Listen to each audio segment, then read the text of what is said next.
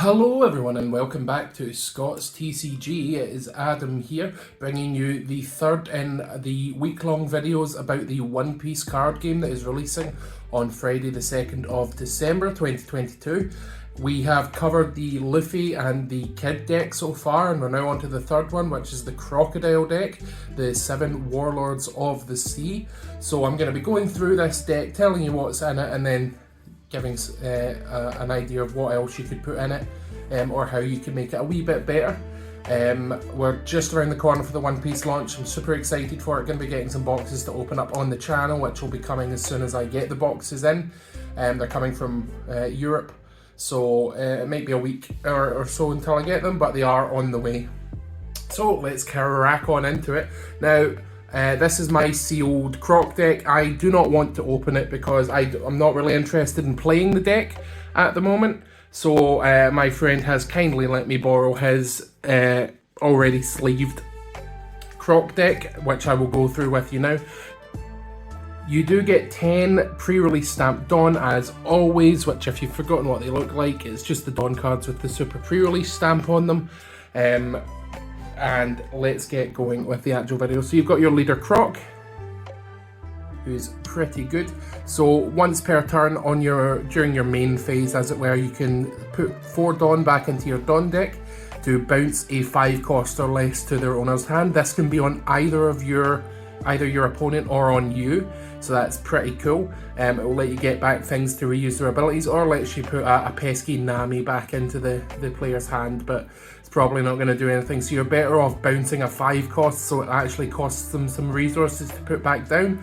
But if you've got the Dawn spare, why not go for it? It is a good ability. You do want to be utilising it as often as possible to help you control the board. This Croc deck is all about board control, and when you substitute it with cards that are coming out in the Romance Dawn expansion, you'll be able to really control the board and set the tempo throughout the course of the game, really. So let's move on to the actual deck itself. So you get 4 copies of Edward Weevil. Edward Weevil is a 3 cost vanilla, a 5k, counter 1k, and another one of these cards that looks like it's been pulled out of the anime, but there's no like effect text, so I really wish that they had just made him a full art sort of card like the other ones are, but this is what they're doing with some of them apparently. So that's your sort of standard generic Weevil. You've got 2 crocodiles.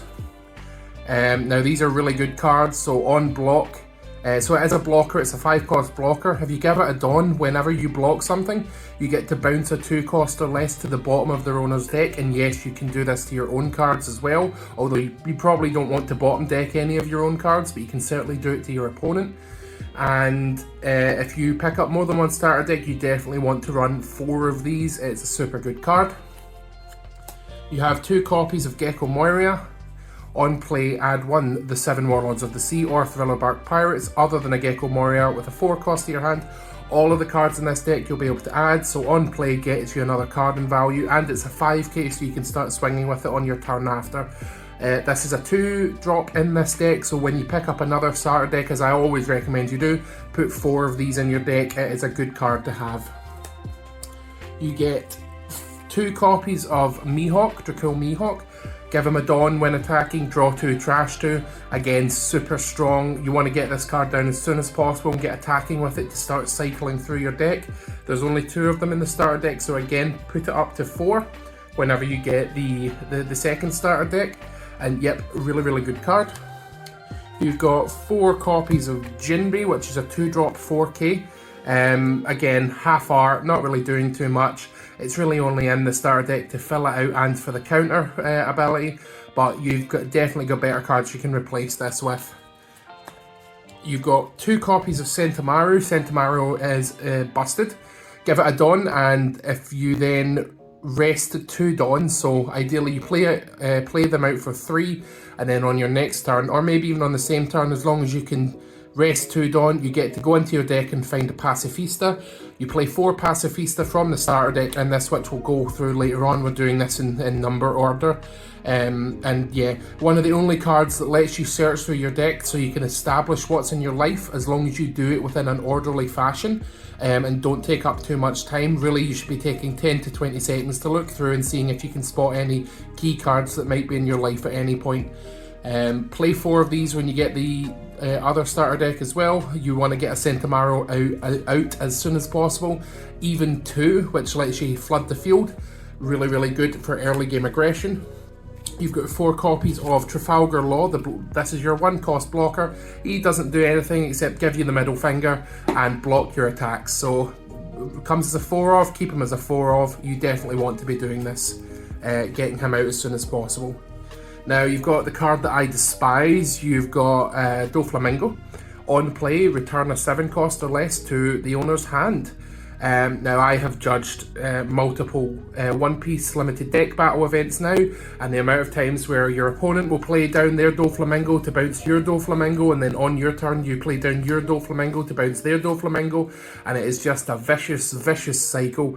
I mean, don't get me wrong, I don't know who this guy is, but boy does he look fabulous, but oh god do I hate him. Another reason I do not like this deck very much.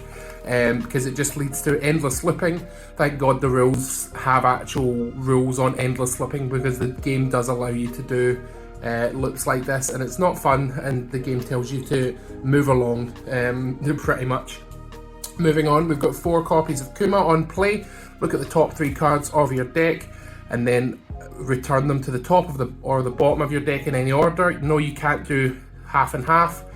You have to choose top or bottom and then put them back in any order, and it's got a trigger, so when it's hitting your life you get to play this card, and it basically lets you rearrange the top of your deck for the cards that you want to draw, or potentially just bottom deck them if there's nothing useful in there. Keep it at 4, a very good card. You've got 4 copies of Buggy, again a 1-drop, 1k counter, 3k, doesn't do anything. I would keep it in for the moment just for the counter and just for the 1-drop ability, but other than that they're not doing too much in your deck.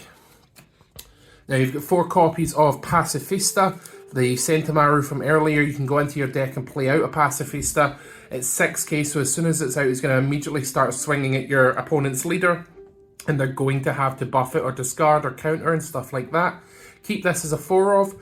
When Romance Dawn releases, there is a blocker Pacifista which you can play, and it's alongside this one, because it's not like Pokemon where you can have cards of the same name. You can't have cards of the same name because there's the roster of One Piece is quite small in all things considered, so there is obviously multiple cards with the same name. So you play this alongside the blocker Pacifista for a lot of value. You've got Boa Hancock, 4 of these. She's a 3-cost blocker, but she does have a trigger in life which lets you play her out. Super good, keep her at 3, she's really strong, helps you not get lethaled if she comes out of your last life. Yeah, keep her at 4, super good. You've got 2 copies of Teach on play, bounce a 3-cost or less to their owner's hand. Again, super good card, it's a 2-of, so up it to 4 when you get your second deck for sure. And then moving on to your event cards, you have 4 copies of Sables, which returns a 7-cost or less to their owner's hand. It does have a trigger and security, so you get 4 of them, keep it at 4. It is a super good control card, and you can play it pretty much whenever you want to, as long as you've got the Dawn available, and it will bounce. Like a 7-cost or less is really, really strong. So like when your opponent puts out their Rush Luffy, bounce it back to their hand. If they put out their Crocodile or their Kid, bounce it to their hand. You know, Doflamingo as well. Overall, really strong. Keep Sables at a 4. You've got 4 copies of Thrust Pad Cannon, which is a cheaper version of Sables, but you can only use it as a counter. So it's not your a typical event card. And its counter is return 1 character with a cost of 3 or less to their owner's hand, and the trigger is to activate the counter effect. So what you could do is definitely during the battle phase you could counter with Thrust Pad Cannon and bounce the attacking pirate back to the owner's hand.